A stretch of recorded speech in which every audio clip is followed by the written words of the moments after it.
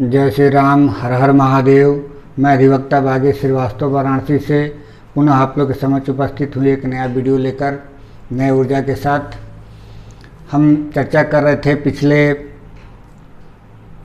प्रश्न पत्रों का जो उत्तर प्रदेश हायर जुडिशरी द्वारा पूछे गए हैं मेंस में, उसका व्याख्या कर रहे थे। और ये जो कुछ भी है ऐसा नहीं है कि ये बहुत पर्याप्त मात्रा में है या मेरे द्वारा बताए गए आंसर ही पर्याप्त हैं।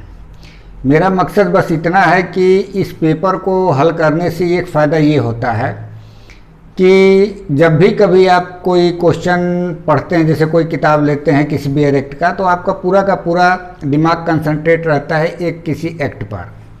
लेकिन जब हम क्वेश्चन पेपर को सॉल्व करते हैं तो उसमें क्या होता है कि एक क्वेश्चन एविडेंस से आएगा, फिर पता चला एक क्वेश्चन सीआरपीसी से आएगा, एक क्वेश्चन सीपीसी से आएगा या किसी सब्सटेंटिव लॉ से आएगा। तो इससे होता क्या है कि आपका जो दिमाग है वहाँ तक जाता है और इससे आईक्यू लेवल बढ़ता है। क्योंकि जब भी हम मेंस का एग्ज़ाम देते हैं तो उस समय हमारे पास मात्र 3 घंटे का समय रहता है, क्वेश्चन ज़्यादा रहते हैं। तो कितना जल्दी और कितने कम समय में हम अपने दिमाग को उस उत्तर तक ले जाते हैं, यानी कि उस धारा तक ले जाते हैं या उस केस लॉ तक ले जाते हैं, ये बहुत मायने रखता है। कभी कभी होता क्या है कि क्वेश्चन तो पहले बहुत आता रहता है, लेकिन इन वक्त पे जब हम एग्ज़ाम में बैठते हैं तो उसका आंसर एकाएक दिमाग से मिस कर जाता है। उसके पीछे कारण क्या है? प्रैक्टिस ना करना। और जब हम प्रैक्टिस नहीं करते हैं तो उससे इसका दुष्परिणाम देखने को भी मिलता है। तो मेरा जो भी ये सॉल्व किया जा रहा है पेपर क्वेश्चन आंसर, इसका पर्पज़ यही है कि हम अलग अलग एक्ट पे, अलग अलग केसों पे उस तरीके से अपने दिमाग को ले जाएं और त्वरित गति से ले जाएं, ताकि इसका बेनिफिट हमें मेंस में जब भी कोई क्वेश्चन आएगा तो कोई ज़रूर नहीं है कि हूबहू यही आए, लेकिन जो सॉल्व पेपर है इससे इतना तो समझ में आ रहा है कि पूरे सिलेबस को 60% लगभग कवर कर ले रहा है। अब इसके बाद बचा 40%, तो 40% तो खुद से तैयारी करनी ही पड़ेगी, चाहे वो केस लॉ का हो, चाहे धारा पे कमांड का हो। अभी मैं पुनः इस बात को दोहरा रहा हूँ कि जब ये ख़त्म हो जाएगा साल पेपर, तो इसके बाद मैं अलग अलग सब्जेक्ट पे जो मेंस में टॉपिक हैं जिसमें क्वेश्चन बनते हैं उस पर मैं वीडियो बनाऊँगा और बाकायदे सेक्शन वाइज और केस लॉ के साथ। तो आप लोग बने रहिए। और पुनः मेरा निवेदन है कि मेरे इस विषय पर आने से पूर्व जिन व्यक्तियों द्वारा मेरे इस चैनल को सब्सक्राइब नहीं किया गया है, कृपया सब्सक्राइब जरूर कर लें, बेल आइकन पर क्लिक कर दें, ताकि जब भी मैं कोई वीडियो अपलोड करूं तो इसकी सूचना आपको तुरंत मिल जाए। अधिक से अधिक लोग को शेयर करें ताकि अधिक से अधिक लोग इसका लाभ उठा सकें। पुनः आते हैं हम अपने विषय पर। हम लोग चर्चा कर रहे थे सन 2007 का विधि प्रश्न पत्र द्वितीय का, और इसमें हमने द्वितीय प्रश्न पत्र का लगभग क्वेश्चन नंबर 1 का व्याख्या कर दिया था। अब दूसरे क्वेश्चन पे हम आते हैं। तो क्वेश्चन नंबर 2A ये कह रहा है कि विशेषाधिकृत संसूचनाएं क्या हैं। मुवक्किल A वकील B से कहता है, मैं संपत्ति का कब्जा कूटरचित विलेख उपयोग द्वारा अभिप्राप्त करना चाहता हूं और इस आधार पर वाद लाने में आपसे प्रार्थना करता हूं, क्या यह संसूचना प्रकट करने से संरक्षित है। तो पहले तो हमें इस क्वेश्चन के आंसर में धारा 221 से 231 का वर्णन कर देना है एक संक्षेप में कि विशेषाधिकृत संसूचनाएं क्या हैं। तो विशेषाधिकृत संसूचनाएं वह संसूचनाएं हैं जिसको न्यायालय में किसी साक्षी को साक्ष्य देने के लिए कंपेल नहीं किया जा सकता है, ये विशेषाधिकृत संसूचनाएं होती हैं। उसका वर्णन धारा 221 से लेकर के धारा 121 से लेकर के धारा 131 तक में भारतीय साक्ष्य अधिनियम में दिया गया है। किन किन लोगों को बताया गया है कि इनके द्वारा कोई अगर जो कम्युनिकेशन किए गए हैं वो विशेषाधिकृत हैं और उनको साक्षी के रूप में न्यायालय में नहीं बुलाया जाता है। इवन जो धारा 165 में न्यायालय की अनन्य शक्ति दी गई है कि वो किसी भी व्यक्ति से किसी भी समय किसी भी प्रकार का सुसंगत विसंगत उस मामले से संबंधित जिस मामले का विचार किया जा रहा है प्रश्न पूछ सकता है। किंतु उसमें जो प्रोविजो है उस बात को भी ध्यान में रखा गया है कि वो उन बातों को नहीं पूछ सकता है जिन बातों का प्रिविलेज व्यक्ति को मिला हुआ है। यानी कि ये प्रिविलेज का जो पावर है, शक्ति है या उसका जो राइट है एक साक्षी का, वो इतना पावरफुल है कि उसको न्यायालय का जो असीमित शक्ति धारा 165 में दिया गया है वहाँ भी प्रोविजो के रूप में ये कार्य करता है। तो इस प्रकार से एक संक्षेप में विशेषाधिकृत संसूचना क्या है उसके बारे में लिख दिया जाएगा।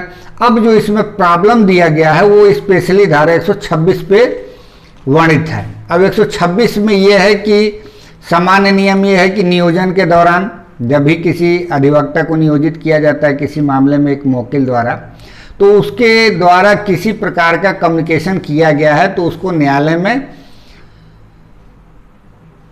उस वकील के द्वारा साक्ष्य के रूप में प्रस्तुत नहीं किया जा सकता, यानी नहीं दिया जा सकता। ये वकील का एक प्रकार से प्रिविलेज होता है, प्रिविलेज कम्युनिकेशन होता है।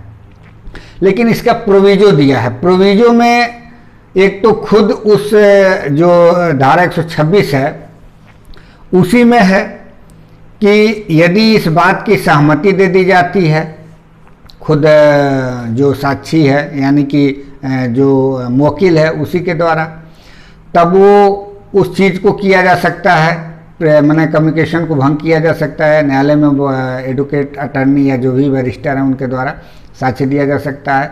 और दूसरा ये कह रहा है कि उसके द्वारा कोई ऐसा कम्युनिकेशन दिया गया है जो किसी अपराध को अग्रसर करता हो या नियोजन के पश्चात कोई अपराध कारित किया गया हो, तो उस अपराध को प्रोटेक्ट करने के लिए ये प्रिविलेज नहीं है। यहाँ प्रिविलेज सिर्फ नियोजन के अनुक्रम में यदि कोई प्रिविलेज है, जैसे कोई ऐसा व्यक्ति है जो कोई अपराध करके आता है और अपने लिए किसी अधिवक्ता को नियुक्त करता है मुकदमे की पैरवी के लिए, तो वहाँ कोई भी बात वो कह रहा है तो कन्फेस के रूप में नहीं प्रयोग किया जाएगा, कन्फेशन के रूप में नहीं किया जाएगा, वो प्रिविलेज कम्युनिकेशन होगा। लेकिन यहाँ पे जो उसका प्रोविजो दिया है ये गवर्न करता है, ये कह रहा है कि इस धारा की कोई बात निम्नलिखित बात को प्रकटीकरण से संरक्षण न देगी। पहला क्या है, कोई भी अवैध प्रयोजन को अग्रसर करने में दी गई कोई भी संसूचना जो कि इस क्वेश्चन में ही समाहित है, वो अवैध प्रयोजन को ही अग्रसर करने के लिए कम्युनिकेशन कर रहा है, तो ये संरक्षित नहीं है। दूसरा, ऐसा कोई भी तथ्य जो किसी बैरिस्टर, प्लीडर, अटॉर्नी या वकील ने अपनी हैसियत में नियोजन के अनुक्रम में संप्रेषित किया हो और जिससे दर्शित हो कि उसके नियोजन के प्रारंभ के पश्चात कोई अपराध या कपट किया गया है। तो ये दो ऐसे कंडीशन हैं, और एक खुद जो हमने बताया कि उस धारा में ही है जो संरक्षित नहीं है, यानी कि खुद वकील द्वारा ही इस बात का सहमति दे दिया जाता है कि आप प्रकट कर सकते हैं। तो उस कंडीशन में धारा 126 में जो प्रिविलेज कम्युनिकेशन है वो संरक्षित नहीं रह जाएगा। यहाँ जो प्रॉब्लम है, जिस तरीके से बात किया गया, इसका प्रोविजो का जो एक है उसमें ये फिट बैठता है, और इस आधार पे ये कहा जाएगा उत्तर में कि ये प्रिविलेज कम्युनिकेशन के अंतर्गत नहीं आता है। एक वकील इस तरीके के कम्युनिकेशन को न्यायालय में साक्षी के रूप में देने के लिए स्वतंत्र है। अब आइए इसका बी दूसरे का बी जो है, इसका भी क्वेश्चन इसी तरीके का है। वो एक प्रकार से इसको एक्सप्लेन करके एक क्वेश्चन बनाया है, और ये बहुत ही मतलब एक प्रकार से टेक्निकल चीज़ है पकड़ने वाली। वो जानना चाहता है कि क्या नियोजन के अनुक्रम के पहले की बात है या नियोजन के अनुक्रम के बाद की बात है। तो अब इसमें देखिए क्वेश्चन कर रहा है कि जॉली जॉन को सन 1988 में सूचना देती है कि वह अपने पड़ोसी के घर से आभूषणों की चोरी की थी। तत्पश्चात जॉली और जॉन सन 1989 में शादी कर लिए। सन 1992 में जॉली के विरुद्ध आभूषणों की चोरी के लिए अभियोजन प्रारंभ किया गया। इस प्रकरण में जॉन को साक्ष्य देने हेतु बुलाया गया। क्या जॉन जॉली द्वारा दी गई संसूचना को प्रकट कर सकता है? तो ये जो धारा 122 हम लोग पढ़ते हैं उसमें पति पत्नी को प्रिविलेज कम्युनिकेशन की बात कही गई कि उनके द्वारा भी यदि वैध विवाह होने के दौरान यदि किसी प्रकार का कम्युनिकेशन किया गया है तो उनको न्यायालय में कंपेल नहीं किया जा सकता है।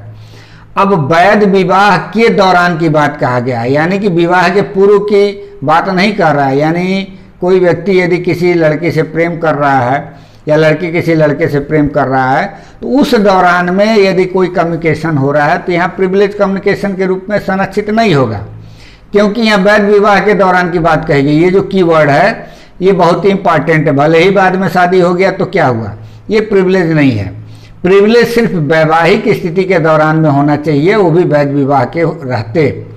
तो ये जो क्वेश्चन का आंसर होगा इसमें यही होगा कि चूंकि विवाह के पूर्व का कम्युनिकेशन था और धारा 22 उन प्रिविलेज कम्युनिकेशनों को गवर्न करता है जो वैवाहिक स्थिति के दौरान में किए गए हैं, तो इस प्रकार से संरक्षित नहीं है और जॉली जॉन के विरुद्ध जो है वो साक्ष्य दे सकता है कि उसने हमसे क्या कहा था।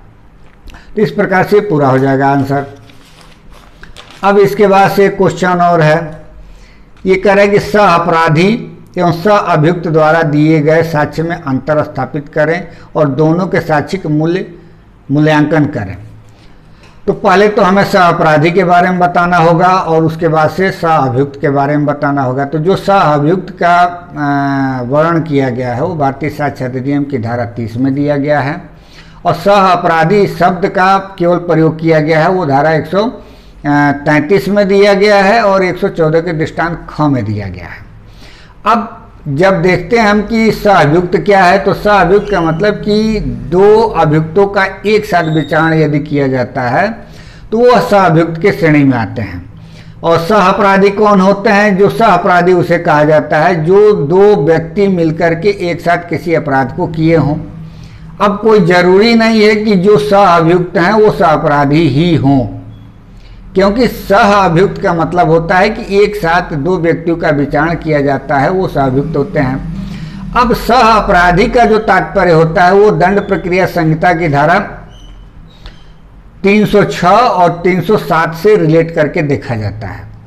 अब 306 और 307 की कंडीशन उस स्थिति में आती है जहां कोई दो अभियुक्त हैं, एक साथ विचारण हो रहा है, लेकिन एविडेंस ऐसा आ रहा है जिससे प्रतीत तो हो रहा है कि अपराध हुआ है, लेकिन अभियोजन को पर्याप्त रूप से साबित करने के लिए उतना साक्ष्य पर्याप्त नहीं है।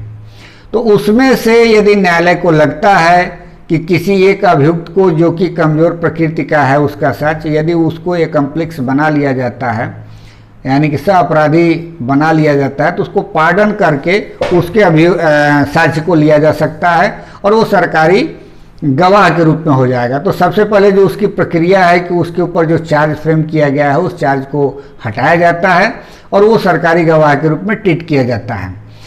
तो उस कंडीशन में वो सहअपराधी हो जाता है और सहअपराधी को जो क्षमादान दिया जाता है इसी शर्त पे दिया जाता है कि वो सही सही उसके जो फैक्ट हैं यानी कि जो साक्ष्य हैं उसका वो बताएगा कि न्यायालय में कि उस घटना में क्या क्या हुआ है और उस आधार पर उसको क्षमादान किया जाता है। अब ये जब दोनों बातों को कह दिया जाएगा तब इसके बाद से ये कह रहा है कि साक्षिक मूल्य की बात कर रहा है। तो साक्षिक मूल्य में हम लोग देखेंगे कि धारा 114 का दृष्टांत ख जो बताता है ये कह रहा है कि सहअभियुक्त सहअपराधी जो होता है वो विश्वास के पात्र नहीं होता है। इस बात को न्यायालय ध्यान में रखेगा जब भी कभी निर्णय सुनाएगा तो। और धारा 30 बताता है कि यदि कोई सहअभियुक्त है अगर जो एक साथ उसका विचारण किया जा रहा है तो एक व्यक्ति का कन्फेशन दूसरे व्यक्ति के विरुद्ध प्रयोग में लाया जा सकता है। तो ये बात हो गई। और जब धारा 118 हम लोग पढ़ते हैं तो उसमें जो कंडीशन गिनाए गए हैं कि उसके अतिरिक्त सभी व्यक्ति सक्षम साक्षी होते हैं। तो जब सभी व्यक्ति सक्षम साक्षी होते हैं तो जो सहअपराधी होता है वो भी सक्षम साक्षी होता है।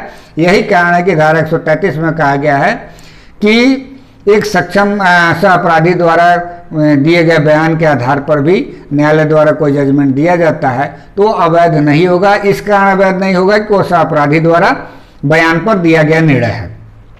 लेकिन इन सबका यदि विश्लेषण किया जाए तो इसमें निष्कर्ष यही निकलता है कि एकमात्र सहअपराधी के बयान पर कोई भी निर्णय देना न्यायालय के हित में नहीं होता है, क्योंकि यहाँ एंड ऑफ जस्टिस होने की संभावना ज़्यादा रहती है या फेलियर ऑफ जस्टिस होने की संभावना ज़्यादा रहती है। अब इसमें जो केस है, केस यदि देखा जाए तो जो सहअभियुक्त से संबंधित केस है उसका चर्चा भवानी साहू बनाम किंग एम्परर का कर सकते हैं, कश्मीरा सिंह बनाम मध्य प्रदेश राज्य का कर सकते हैं और रविंद्र कुमार पाल उर्फ दारा सिंह बनाम भारतीय गणतंत्र 2011 का वर्णन कर सकते हैं अगर जो सहअभियुक्त की बात आएगी। और यदि सहअपराधी के टॉपिक पे लिखना होगा तो इसमें रामेश्वर बनाम राजस्थान राज्य AIR 1952 का किया जा सकता है। उसके पहले जो प्रिवी काउंसिल का एक केस है भास्कर लिली बनाम किंग एम्परर उसका वर्णन कर सकते हैं। और उसके बाद से जो इसमें मेन इम्पॉर्टेंट है वो डगरू बनाम महाराष्ट्र राज्य का मामला है, उसका आप व्याख्या कर सकते हैं, जिसमें ये 3 केस तो बहुत ही इम्पॉर्टेंट है। एक भास्कर लिली बनाम किंग एम्परर का, रामेश्वर बनाम राजस्थान राज्य का और डगरू बनाम महाराष्ट्र राज्य का। इन केसों का फैक्ट आप लिख सकते हैं। जैसे डगरू बनाम महाराष्ट्र राज्य में कहा गया था कि सहअपराधी के साक्ष्य पर दोषसिद्ध प्रदान करने के लिए उसे अन्य साक्ष्य द्वारा संपुष्ट किया जाना आवश्यक नहीं, किंतु न्यायालय अन्य बातों को संपुष्ट कर ले। यानी कि जो न्यायालय की वो एक प्रकार से खुले हाथ से छूट दी गई है, वो अपने विवेकीय शक्ति का प्रयोग कर सकता है, लेकिन इस बात का भी ध्यान रखना होगा कि क्या उसकी तात्विक विशिष्टों से संपुष्टि हो रही है कि नहीं हो रही है। यदि संपुष्टि नहीं हो रही है तो सीधे सीधे ये बात है कि एंड ऑफ जस्टिस हो जाएगा या फ्लोर ऑफ जस्टिस हो जाएगा, यदि उसके साक्ष्य पर किसी व्यक्ति को सजा सुनाया जाता है, क्योंकि अभियोजन का यह दायित्व होता है कि संदेह से परे उस व्यक्ति को उस मामले में दोषी साबित करना हो। अब इसके बाद से इतने पे इसका आंसर पूरा हो जाएगा। चाहे तो इसमें वासुदेव बनाम स्टेट 1993 का भी दे सकते हैं, जिसमें 114 का दृष्टांत भी और 30 और 133 का हवाला देते हुए इसमें जो है डिसीजन दिया गया था। अब क्वेश्चन नंबर 3 को देख लेते हैं। क्वेश्चन नंबर 3 ये कह रहा है कि ए और बी सी की हत्या के लिए संयुक्त विचारित किया जा रहा है। ये संस्कृति करते हुए कहता है कि वह और बी साथ साथ उस कमरे तक गए जहां सी सो रहा था। ये घबराहट के कारण दरवाजे पर खड़ा रहा और बी भीतर गया और सी को गोली मार दिया। कैसे इस संस्कृति को बी के विरुद्ध प्रस्तुत किया जा सकता है? तो अभी जब हमने चर्चा किया था धारा 30 में, तो सीधा सीधा ये एक प्रकार से धारा 30 पर ही डिपेंड करता है इसका आंसर। और इसमें ये कहा गया है कि यदि कोई व्यक्ति सह-अभियुक्त है और एक साथ उसका विचारण किया जा रहा है, तो एक के द्वारा किए गए संस्कृति को दूसरे के मामले में दूसरे के विरुद्ध भी विचार में लिया जा सकता है, लेकिन ये मैंडेटरी नहीं है, न्यायालय के विवेक पर होता है। और इससे रिलेटेड केस आप चाहें तो भुवानी साहब बनाम सम्राट का जो प्रिवी काउंसिल द्वारा दिया गया था, या कश्मीरा सिंह बनाम स्टेट ऑफ मध्य प्रदेश का, या रविंद्र कुमार पाल बनाम भारतीय गणतंत्र 2011 का मामला है। इस केस का वर्णन करके आप लोग इसका आंसर पूरा कर सकते हैं। चूंकि इसमें ये बात कही गई थी कि सह-अभियुक्त की संस्कृति साक्ष्य के आधार पर अन्य अभियुक्तों को दंडित नहीं किया जा सकता, क्योंकि यह भारतीय साक्ष्य अधिनियम की धारा 3 के अर्थ में साक्ष्य की कोर्ट में नहीं आता, और न तो यह शपथ पर दिया जाता है और न ही अभियुक्त को प्रति परीक्षा का अवसर उपलब्ध होता है। क्योंकि जो साक्ष्य की परिभाषा दी गई है धारा 3 में, वो यही है कि न्यायालय के जांचाधीन जो भी है वो व्यक्ति प्रस्तुत करेगा और साक्ष्य के रूप में उसको माना जाएगा। तो ये चीज़ कहीं ना कहीं से न्यायालय के सामने नहीं आता है, शपथ पर नहीं होता है, इसलिए इसको साक्ष्य के रूप में नहीं माना जाएगा। अब धारा क्वेश्चन नंबर 4 है। इसको टिप्पणी लिखने की बात कह रहा है। ये कह रहा है मृत्युकालिक कथन के बारे में, नैकेतर संस्कृति का प्रत्याहरण के बारे में, विशेषज्ञ साक्ष्य के बारे में, खोजी कुत्ते के साक्ष्य का साक्ष्यिक मूल्य के बारे में। तो ये टिप्पणी है और टिप्पणी में बहुत ज़्यादा नहीं, 10-15 लाइन में लिख के ख़त्म किया जा सकता है। मृत्युकालिक कथन क्या होता है इसके बारे में धारा 32 सीधे सीधे कह रहा है कि उन व्यक्तियों द्वारा कथन जो किसी जो मिल नहीं सकते हैं या मर गए हैं या जो विलंब या व्यय के बिना उपात्त नहीं किए जा सकते हैं, उनके साक्ष्य हुआ या न्यायालय उनके हाजिरी के लिए अयुक्त समझता है, तो ऐसे व्यक्ति जो है न्यायालय में आकर के वो जो है उनका जो स्टेटमेंट है जो जिन व्यक्तियों द्वारा सुना गया है वो उस व्यक्ति का स्टेटमेंट आके न्यायालय में दे सकते हैं। और 32(1) कह रहा है मृत्युकालिक कथन के बारे में।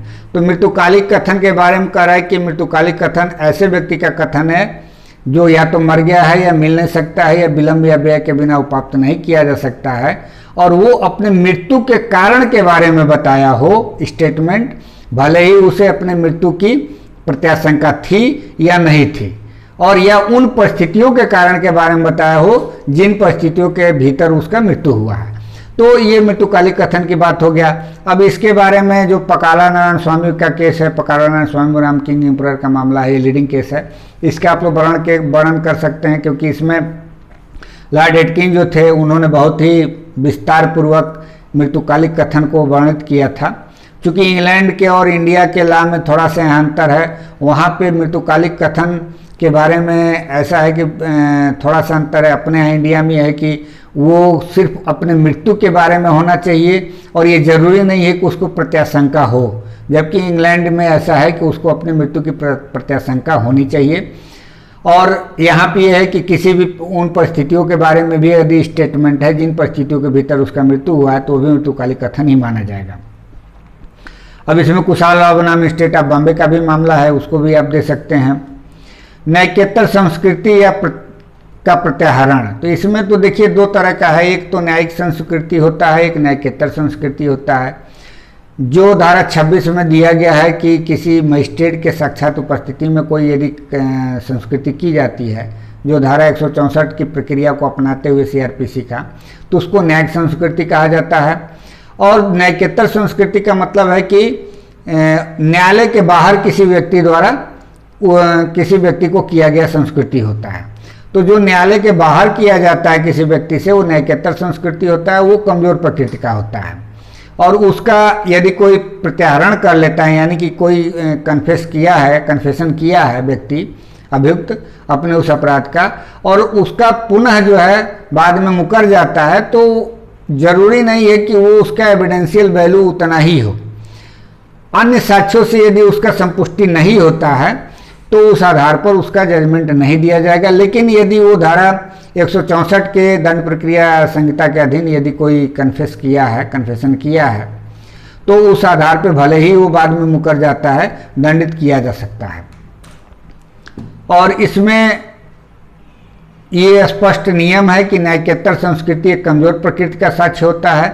केवल न्यायिकेतर संस्कृति के आधार पर दोषसिद्ध अभिलिखित नहीं होती जब तक कि आवश्यक वस्तुओं पहलुओं को संपुष्ट न कर लिया जाए। और एक और बात इसमें कहा गया है कि न्यायिकेतर संस्कृति के आधार पर अभियुक्त की दोषसिद्धि अत्यंत खतरनाक होगी, किंतु यदि अन्य पर्याप्त स्वतंत्र साक्ष्य हो तो प्रत्याहारी न्यायिकेतर संस्कृति से उसे पुष्ट किया जा सकता है। तो ये जरूरी है कि कहीं ना कहीं से करबरेट होना चाहिए उस एविडेंस का, तभी उस पर विश्वास किया जाएगा, अन्यथा उसका कोई बहुत महत्व नहीं रह जाता है।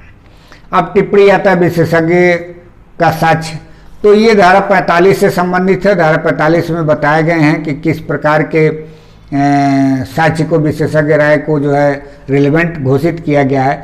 चूंकि राय की अवधारणा बनाना न्यायालय का कर्तव्य है, किसी व्यक्ति द्वारा नहीं किया जाता है, लेकिन कुछ टेक्निकल ऐसे इशू होते हैं जिस पर न्यायालय राय लेना पसंद करती है। जैसे कोई ऐसा साक्षिक महत्व का है, जैसे मेडिकल रिपोर्ट है और न कोई चीज़ें हैं, टेक्निकल चीज़ें हैं, तो इस पर न्यायालय सब चूँकि राय सिर्फ उसका इसलिए लेता है कि अपने जजमेंट को सुदृढ़ कर सके। अब किन किन मामलों में लिया जा सकता है उसमें विशेषज्ञ होते हैं, बताया गया है। तो ये कह रहा है कि विदेशी विधि के किसी प्रश्न पर या विज्ञान के किसी प्रश्न पर या कला के किसी प्रश्न पर या अमली चिन्ह की अनन्यता के बारे में या हस्तलेख की अनन्यता के बारे में यदि कोई राय बनाना हो तो न्यायालय ऐसे व्यक्तियों का राय ले सकता है जो उसके मामले में विशेषज्ञ हों। तो ये विशेषज्ञ की बात कहा गया। अब इसमें जो केस है, 2-3 केस हैं अच्छे, उसका आप वर्णन कर सकते हैं। अब्दुल रहमान बनाम स्टेट ऑफ मैसूर राज्य का है। इसमें बताया गया कि जरूरी नहीं है कि इस मामले में PhD ही हो व्यक्ति, अनुभव के आधार पर भी वो विशेषज्ञ हो सकता है यदि एक्यूरेट उसकी जांच कर सकता है। या आर बनाम सिल्वर लाख 1894 का मामला था। इसमें कहा गया कि एक अधिवक्ता ने शौकिया हस्तलेख की पहचान पर पर्याप्त ज्ञान अर्जन कर लिया था, विशेषज्ञ के रूप में उसकी राय सुसंगत घोषित किया गया। इसी प्रकार एक मुरारी लाल बनाम स्टेट ऑफ मध्य प्रदेश 1980 का मामला है। तो इसमें विशेषज्ञ के लिए जरूरी नहीं है कि वो किसी पर्टिकुलर क्या बोलते हैं उसका विषय में बाकायदे डिग्री लिया हो। जैसे कोई सोनार है, सोनार भी यदि पारंगत है, कोई पारखी है कि सोना को पहचान करने के लिए, तो विशेषज्ञ माना जाएगा। बस ये है कि जो इसमें विशेषज्ञ घोषित किए गए हैं वो 5 ऐसे फैक्ट हैं, उन्हीं के आधार पर वो विशेषज्ञ होने चाहिए, अन्य किसी मामले में नहीं होना चाहिए। जैसे विदेशी विधि के किसी प्रश्न पर यदि कोई राय रखता है तो वो विशेषज्ञ माना जाएगा। ऐसा नहीं कि वो अपने इंडियन किसी लॉ के आधार पर इंडियन लॉ के को जो है क्या नाम है व्याख्या कर रहा हो तो उसको विशेषज्ञ माना जाएगा। विशेषज्ञ उसी को माना जाएगा जो विदेशी विधि के किसी प्रश्न पर अपनी राय रखता हो, या विज्ञान के किसी प्रश्न पर रखता हो, या कला के किसी अंगुली चिन्ह या हस्तलेख के बारे में अपनी राय रखता हो तो उसे विशेषज्ञ माना जाएगा। अब एक क्वेश्चन आता है इसमें जो चौथा है टिप्पणी लिखने के लिए, खोजी कुत्ते के साक्ष्य का साक्षिक मूल्य। तो इस मामले में अब्दुल रजाक बनाम स्टेट 1969 का मामला है। ये सीधे सीधे इसी केस पर आधारित क्वेश्चन है और इसमें ये कहा गया है कि जासूसी कुत्तों द्वारा पाया गया साक्ष्य कमजोर प्रकृति का होता है और इसको जब तक किसी अन्य साक्ष्य द्वारा संपुष्ट न किया जाए तब तक इस साक्ष्य का उतना महत्व नहीं होता है जितना कि अन्य साक्ष्यों को लिया जाता है। इसी प्रकार दिनेश बोरथाकवे बनाम स्टेट ऑफ असम AIR 2008 का मामला है और इसमें कहा गया था कि सूंघने वाले कुत्ते की सेवाएं जांच पड़ताल के प्रयोजन हेतु लिया जा सकता है, परंतु अभियुक्त को दोषी सिद्ध करने के लिए इसे साक्ष्य के रूप में नहीं लिया जा सकता। इससे निष्कर्ष यही निकलता है कि खोजी कुत्ते का एविडेंस तो रिलेवेंट है धारा 45 के अधीन, लेकिन इसका कमजोर प्रकृति का है। एकमात्र इस साक्ष्य के आधार पर किसी को दंडित नहीं किया जा सकता है, इसकी संपुष्टि आवश्यक है। और इन दोनों केसों को 2014 में ललित कुमार यादव बनाम उत्तर प्रदेश राज्य में एक प्रकार से अंगीकृत कर लिया गया, अनुमोदन किया गया, यानी कि ये कमजोर प्रकृति का साक्ष्य होता है। तो इस तरीके से 3 केसला का वर्णन करते हुए इसको टिप्पणी में आप लिख सकते हैं। अब आते हैं हम लोग, एक क्वेश्चन है क्वेश्चन नंबर 5 है इसका और ये दंड प्रक्रिया से संबंधित है। ये क्वेश्चन कह रहा है कि प्रत्येक अपराध का जांच और विचारण उस न्यायालय द्वारा किया जाएगा जिसकी मामले क्षेत्राधिकार के अंतर्गत अपराध किया गया। दंड प्रक्रिया संहिता का संदर्भ देते हुए इस नियम के अपवादों को बताएं और निर्णितवाद दें।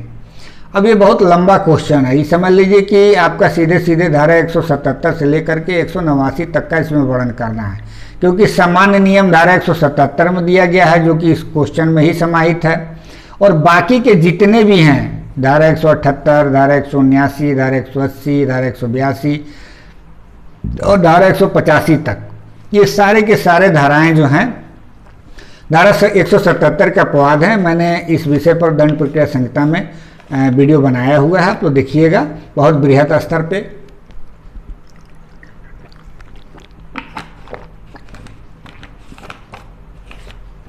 इसका संक्षेप में हम वर्णन कर देते हैं, क्योंकि धारा 177 में जो क्वेश्चन पूछा गया है कि प्रत्येक अपराध का जांच और विचारण उस न्यायालय द्वारा किया जाएगा जिसकी मामले क्षेत्राधिकार के अंतर्गत अपराध किया गया, ये एक सामान्य नियम है और यही धारा 177 में कहा गया है।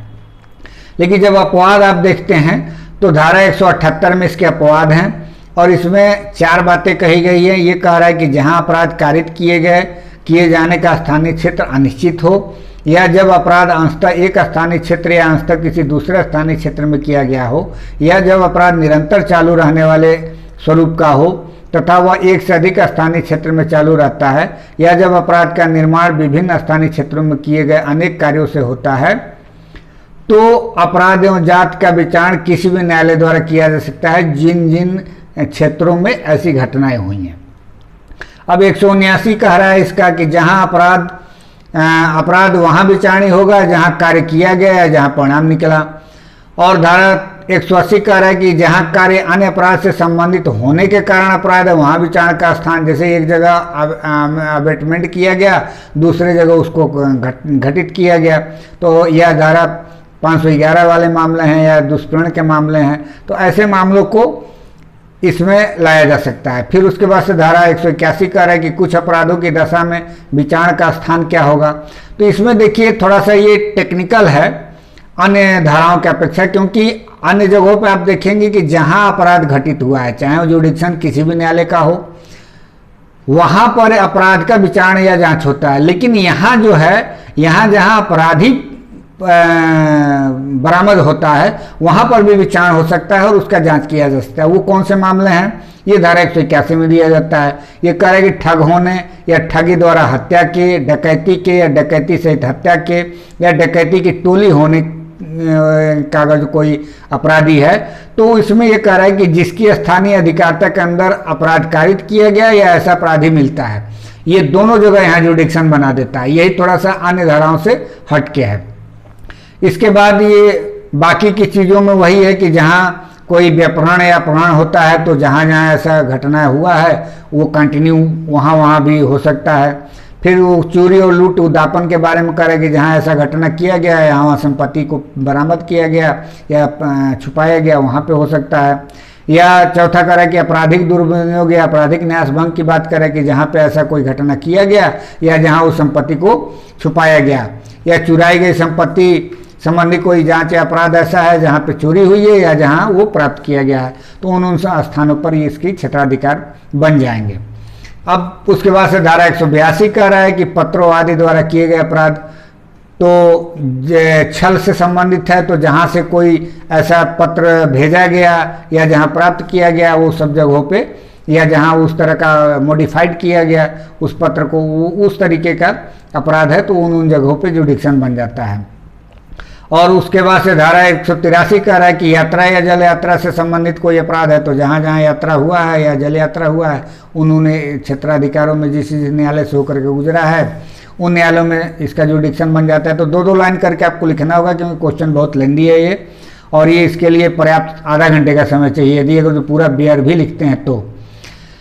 और लास्ट में इसका है 184 का कि एक साथ विचारणे अपराधों के लिए विचारण का स्थान क्या होगा, या विभिन्न 185 का है कि विभिन्न सेशन खंडों के मामलों में विचारण का आदेश देने की शक्ति किस 185 में है, तो राज्य सरकार को है, लेकिन उसी मामले में होगा जिसमें हाईकोर्ट द्वारा किसी प्रकार का आदेश न दिया गया हो या उच्चतम न्यायालय द्वारा कोई आदेश न दिया गया हो, तो वो राज्य सरकार को या केंद्र सरकार को इस प्रकार का अधिकार होता है कि किसी भी मामले को किसी भी न्यायालय में स्थानांतरित करके उसका विचारण का आदेश दे सकते हैं। अब अगर जो निर्णय की बात देखेंगे तो इसमें जो निर्णय की बात पूछा है 2 निर्णय दे सकते हैं। नीनगप्पा सिरप्पा गौरी बनाम कलावती देवी 1996 का मामला है, एक सतविंदर कौर बनाम राज्य का मामला है AIR 1999। तो इन 2 केसों का दे करके इसको क्लोज कर सकते हैं, यानी कि इसका समापन कर सकते हैं इस आंसर को। तो इस प्रकार से हम लोगों ने देखा कि किस तरीके से क्वेश्चन बड़े भी होते हैं छोटे भी होते हैं। हम लोग को 3 घंटे का ही समय मिलता है और उस 3 घंटे में टाइम मैनेजमेंट करना होता है कि किस प्रकार से क्वेश्चन दिया जाए। जरूरी नहीं है कि एक बहुत लंबा क्वेश्चन है तो उसमें बहुत ज़्यादा समय दे दें, बहुत छोटा क्वेश्चन है तो उसको बहुत ज़्यादा समय दे करके लिखें। जैसा सिचुएशन होगा उसके अनुसार से अपने